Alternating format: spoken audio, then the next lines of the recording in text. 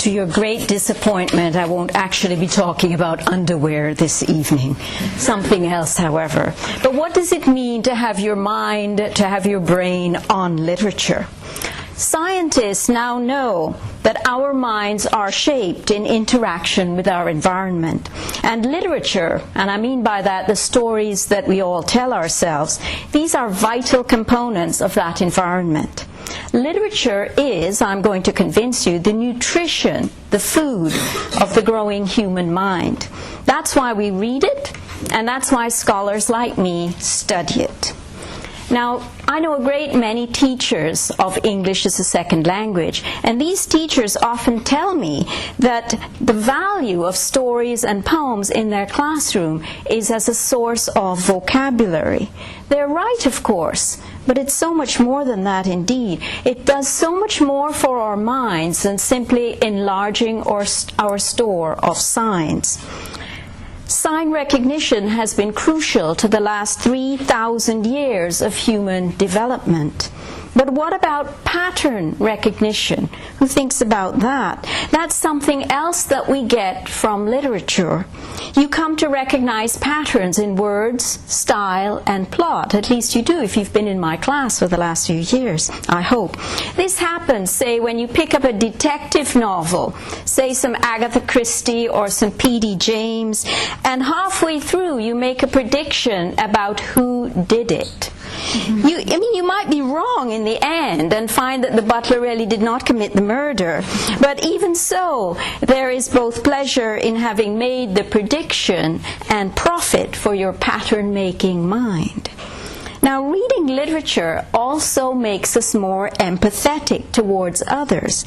A study in 2013 from the NSSR established that reading literature helped people to recognize and interpret other people's emotional states in real life. Reading literature is good practice for reading life situations because it improves what is known as your theory of mind. Let's see what happens when you read Shakespeare's Romeo and Juliet. Everybody knows that one, so it's a good example. Now, Romeo gives Juliet her first kiss at the Capulets' ball. Do you remember that moment? Yes? And afterwards, Juliet tells him, "You kiss by the book." What on earth does she mean by that? Did you ever wonder?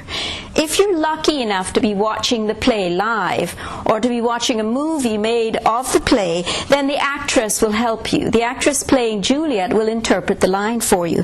But what about the solitary reader who is sitting there with nothing but the line?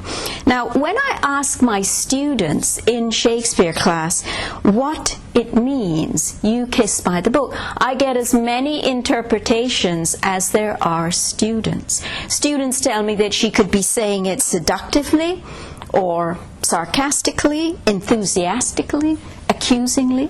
It could be, "You kiss by the book." It's already her favorite book, you know. Or maybe it could be, "You kiss by the book I wrote." Which one is it? How are you going to know? And it's the job of our minds to interact with the words to make those meanings, to consider what we know about love, adolescence, and courtship. In life, as well as in literature, to make us wonder whether she likes Romeo's invention of the rules of kissing, or whether she finds this annoying and would rather be swept off her feet in some kind of passionate embrace, you know, or whether she's gently prompting him just to keep up this very enjoyable flirtation. That's possible too. Now, I use the word wonder, and wonder in both its meanings is what literature fosters in its readers. We wonder in the sense of feeling awe, that real admiration for words well deployed and combined. There's also wonder in the other sense, of moving without a set direction and allowing our mind to trace new paths. It's this dual capacity to wonder and to wonder that makes us humans into flexible creatures with minds ready to respond creatively to new situations. Surely this flexible, creative individual is one we should be encouraging in our rapidly changing global environment. Literature keeps the mind supple, limbered up for the exercise of life. Now, we've been talking of the mind, but what of that more physical entity, the brain? New technologies now allow scientists to observe the brain feeding on literature. Scholars from Liverpool University have studied the brains of people reading poetry, Shakespeare, for instance, and Wordsworth. What they found was that poetry makes your brain light up.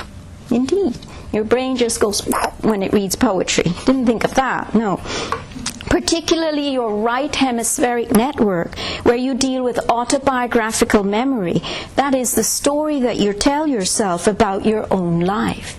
In other words, you take in poetry not just cognitively, but also emotionally, in a form that makes it individually meaning to you, your life, and your identity formation. That's why you're reading poetry.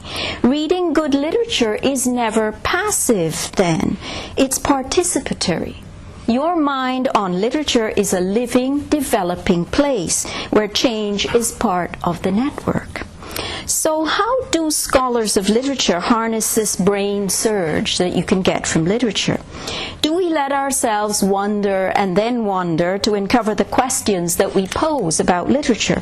Now the answer is yes. That's what good scholarship does. It trolls around the space of literature like a Roomba on a dusty carpet until it makes a discovery. That's why good scholarship in the humanities is often a long-term endeavor and cannot be written to order. Wonder takes time.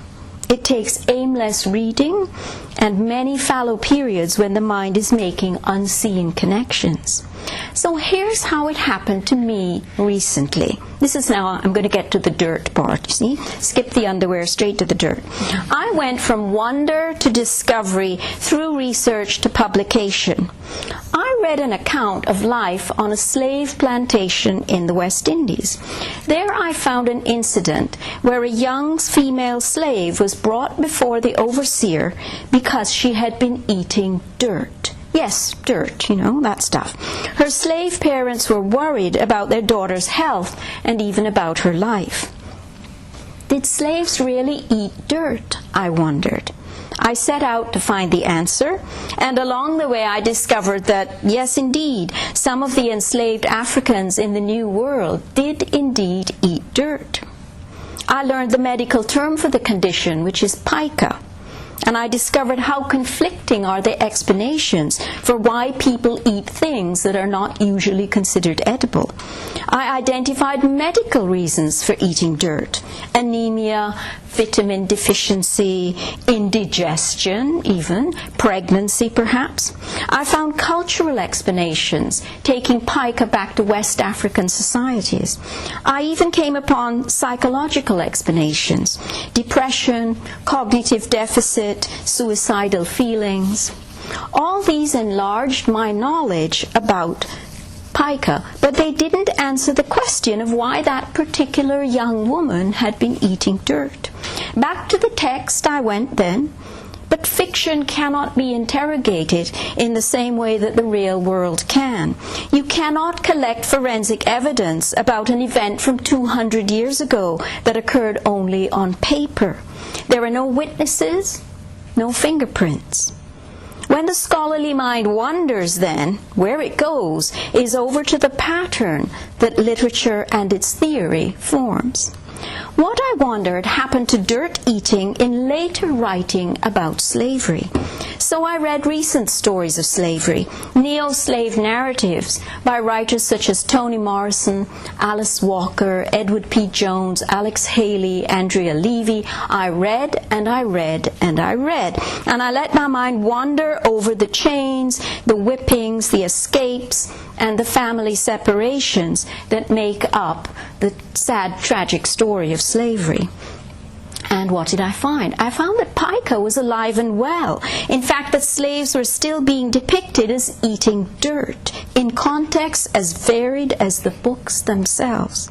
In the end, one thing that could be said was that the reason for eating dirt depended on who was telling the story. That's interesting, isn't it? Meaning was contextual, and achieving it depended on the reader's capacity to imagine the mind of the storyteller. For plantation owners and pro-slavery advocates 200 years ago, dirt eating formed part of the evidence that slaves were not quite human. Yes. For anti-slavery writers, on the other hand, it was just one more proof of the cruelty of owners who starved their slaves to the point where they would eat just about anything. For my particular author, it functioned as evidence that slave owners were not as bad as usually thought because they gave medical care to a poor girl whose dirt eating had worried her parents almost to death. And then, for some of the contemporary writers, dirt eating had even been reworked into something positive. Slaves tasted dirt in one novel in order to test the soil before planting their gardens. In another novel, a female slave served up a dish of cockroaches to her cheating master in order to show him that he was dirtier and lower than the cockroaches himself. It was extremely effective. So, surprise, pica and eating dirt could be empowering. Who knew? The pattern of pica, then, left a trace in historical and contemporary literature, one that, well followed, showed how literature, even slave stories, was not separate from the real world, but that it interacted with the world and its needs, changing as the context changed, asking and answering even contemporary questions. How well we interrogate literature depends on how much good literature has come our way, and how skilled we are at theory of mind. You probably learned to read in first grade, that is, to decode the signs on the page, but your mind has been foraging for meaning ever since, and building itself in the process. The great scholar, Canadian scholar Northrop Frye, once said that at the very center of a liberal education, something surely ought to get liberated. So read well, read widely, read wisely, put your mind on a diet of great literature, and let it be your mind that gets liberated. Thank you.